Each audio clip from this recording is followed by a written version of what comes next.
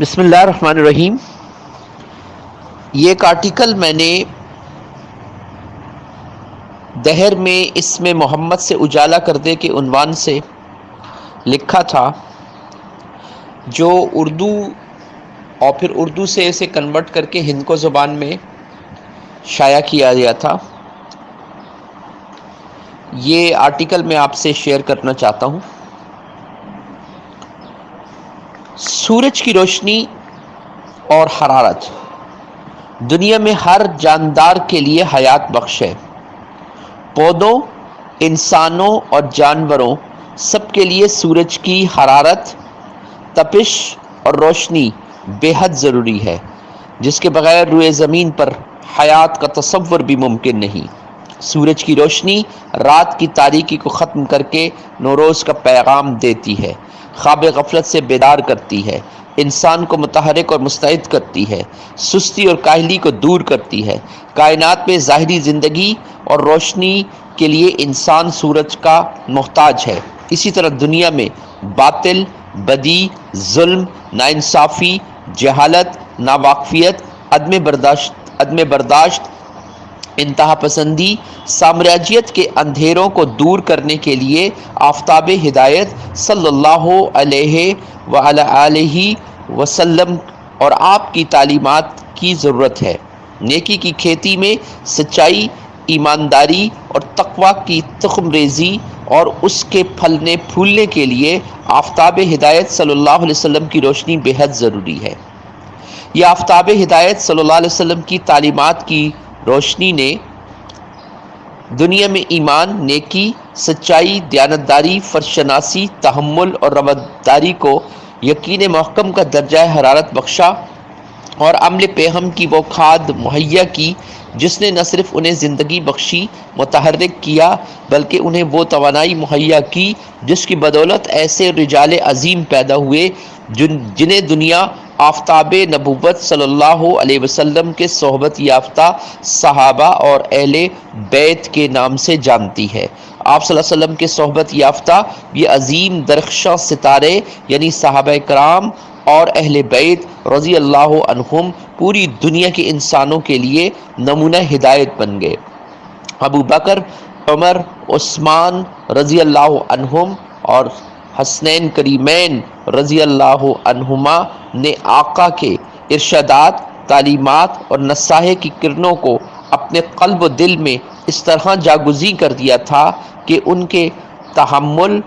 ان کے کردار، ان کے عمل، گفتار، سوچ اور فکر میں وہ نورانیت تھی کہ نہ صرف اس دور کے بلکہ آج بھی دنیا میں جہاں کہیں نیکی، سچائی، روحانیت، اعلیٰ کردار کے کہیں کوئی عملی نمونے پائے جاتے ہیں تو وہ انہی ستاروں کی روشن حیات کی تابندہ مثالوں سے ضیاء پاتے ہیں۔ تاریخ محمد کا نشان کف پا ہے۔ یہ بات غلط ہے کہ قدم کچھ نہیں لکھتے۔ حضور اکرم صلی اللہ علیہ وسلم کی ذات، شخصیت اور کردار انسانیت کے سر پر وہ دائمی و ابدی تاج ہے جس نے اسے اشرف المخلوقات کا شرف بخشا۔ حضور اکرم صلی اللہ علیہ وسلم نہ آتے تو دنیا میں گوشت پوست کے انسان تو شاید موجود ہوتے، لیکن عمل، کردار اور شعور کے لحاظ سے وہ حیوانی ہوتے۔ آج بھی جہاں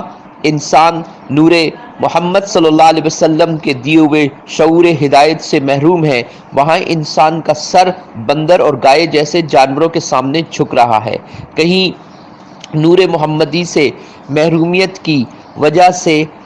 مادے کو خدا کا درجہ دے دیا گیا ہے اور وہاں مشینوں، صنعتوں،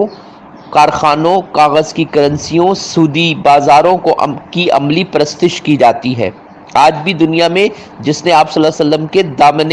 رحمت و عفو میں پناہ لے لی، وہ سچائی، دیانت اور نیکی کے موجودہ صحرائی دور کے باوجود اپنے آپ کو نخلستان میں محسوس کرتا ہے، جہاں اس کے لیے یقین کی چھاؤں، نیکی کا سبزہ اور سچائی کا سرچشمہ سیراب ہونے کے لیے موجود ہے۔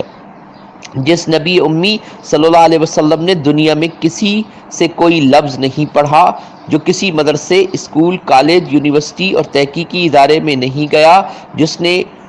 عرب کے صحرا کے باہر کی دنیا نہیں دیکھی، اس کے نور ہدایت نے دنیا کے کروڑوں انسانوں کے دلوں کو فتح کر دیا۔ اس کے دہن مبارک سے نکلے ہوئے ایک ایک لفظ کو تحقیق کے ترازو میں تولا گیا۔ بخاری، مسلم، ابو داؤد، ابن ماجہ، اللہ ان کی قبروں پر رحمت و نور کی بارش کر دے۔ انہوں نے آپ صلی اللہ علیہ وسلم کے الفاظ و اقوال کی جمع و تحقیق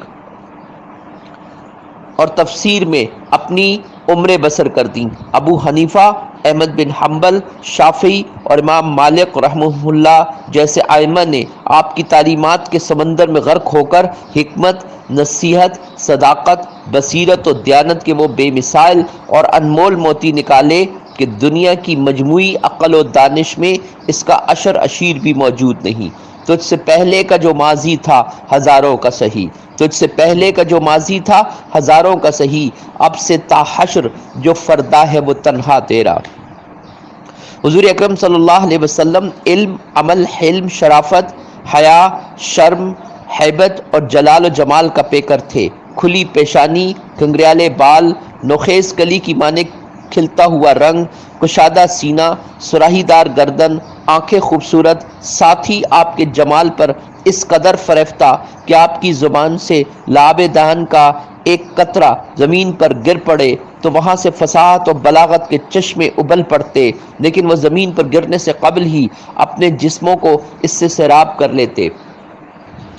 جن کی سیرت، شخصیت اور کردار پر اتنی زیادہ کتابیں لکھی گئیں کہ جن کے صرف نام لکھنے کے لیے سینکڑوں صفحات درکار ہیں۔ آپ سے 24 لاکھ احادیث منسوب ہیں، جن کی صحت اور سند کی تحقیق کے لیے 5 لاکھ اہل علم کے حالات زندگی قلم بند کیے گئے اور دنیا کو علم کی ایک نئی شاخ علم اسماء الرجال سے روشناس کرایا گیا، اور بقول اسپرنگر اس قدر وسیع، جامع اور دقیق تحقیق دنیا کے کسی اور علم اور دنیا کی کسی اور قوم میں نہیں کی گئی۔ 15 لاکھ فقہا نے آپ کی احادیث سے مسائل اخذ کیے۔ 4 فقہائے کبار حضرت امام ابو حنیفہ، امام مالک، امام شافعی اور امام احمد بن حنبل نے ان احادیث مبارکہ سے 15 لاکھ مسائل اکٹھے کیے۔ حسان بن ثابت رضی اللہ تعالی عنہ، شیخ بصیری، رومی، اقبال، محسن کاکوری، شورش کاشمیری، ظفر علی خان کی زبان سے آپ صلی اللہ علیہ وسلم کی ظفر علی خان کی زبان آپ صلی اللہ علیہ وسلم کی مدح سرا تھیں۔ خیر وہ تو صاحبان ایمان تھے، ان کا دامن دولت ایمان سے مالا مال تھا، لیکن آپ کی شخصیت سے دنیا کے 2000 نامور غیر مسلم بھی متاثر ہوئے جو بظاہر ایمان نہیں لائے، لیکن انہوں نے رسول کریم صلی اللہ علیہ وسلم کی شخصیت، ان کے کردار، ان کی سیرت، ان کی عظمت اور ان کی بصیرت پر اظہار خیال کیا۔ قمر مہندر سنگھ کہتے ہیں، عشق ہو جائے کسی سے کوئی چارہ تو نہیں، صرف مسلم کا محمد پہ اجارہ تو نہیں۔ نبی کریم صلی اللہ علیہ وسلم سے عشق و محبت تو ہر دور، ہر علاقے، ہر رنگ کے لوگوں نے مختلف ادوار میں کیا ہے، اور قیامت تک لوگ شمع رسالت پر اپنی جانیں نشاور کرتے رہیں گے، لیکن جو عشق و محبت صحابہ کرام رضوان اللہ علیہم اجمعین کو تھا، ایسے عشق و محبت کی مثال نہیں ملتی اور نہیں کبھی آئندہ ملے گی۔ حضرت ابو طلحہ رضی اللہ تعالیٰ نے ایک مرتبہ رسول کریم صلی اللہ علیہ وسلم کے بال مونڈھے، صحابہ کرام ان کے کٹے ہوئے بالوں کے حصول کے لیے دوڑ پڑے۔ آن صلی اللہ علیہ وسلم کے حکم پر آدھے بال مختلف صحابہ کے حصے میں آئے اور بقیہ آدھے بال حضرت ابو طلحہ کے حصے میں آئے۔ حضور اکرم صلی اللہ علیہ وسلم کے وصال کے بعد لوگ حضرت ابو طلحہ کے پاس ان بالوں کی زیارت کے لیے آتے۔ اگر کہیں کسی کا انتقال ہو جاتا تو ان کے لواحقین حضرت ابو طلحہ کے پاس آتے، درخواست کرتے، منتیں کرتے کہ حضور صلی اللہ علیہ وسلم کے چند بال عطا فرما دیں تاکہ وہ مرحومین کی قبر میں میت کے ساتھ رکھ دیے جائیں، تاکہ قیامت میں ان بالوں کے صدقے میں ان کی نجات ہو جائے۔ ایک وقت آیا کہ بال کم رہ گئے تو حضرت ابو طلحہ رضی اللہ تعالیٰ نے لوگوں کو منع کر دیا۔ جب حضرت ابو طلحہ کا انتقال ہوا تو یہ بال ان کی وصیت کے مطابق ان کی میت کے ساتھ قبر میں رکھے گئے۔ آج دنیا میں انسانیت دشمن عناصر کی دہشت گردی کی وجہ سے انسانیت کے سب سے بڑے محسن کی عظمت، ناموس و مرتبے کو مٹانے کی گستاخانہ جسارت کا سلسلہ جاری ہے۔ سلمان رشدی، تسلیمہ نسرین، ڈنمارک کے کارٹونسٹ اپنی ذہنی خباثت اپنے فکری ڈسٹ بن سے نکال کر اپنے قلم سے دنیا کو آلودہ کر رہے ہیں، لیکن سورج پر تھوکنے والے اپنے چہرے کو ہی آلودہ کرتے ہیں۔ محمد صلی اللہ علیہ وسلم کے نور ہدایت سے مستفید ہونے والوں کا سلسلہ جاری ہے اور روز محشر تک جاری رہے گا۔ بدی کی طاقتوں کو عشق محمدی کی قوت سے سرنگوں کر دیا جائے گا انشاءاللہ۔ قوت عشق سے ہر پست کو بالا کر دے، دہر میں اسم محمد سے اجالا کر دے۔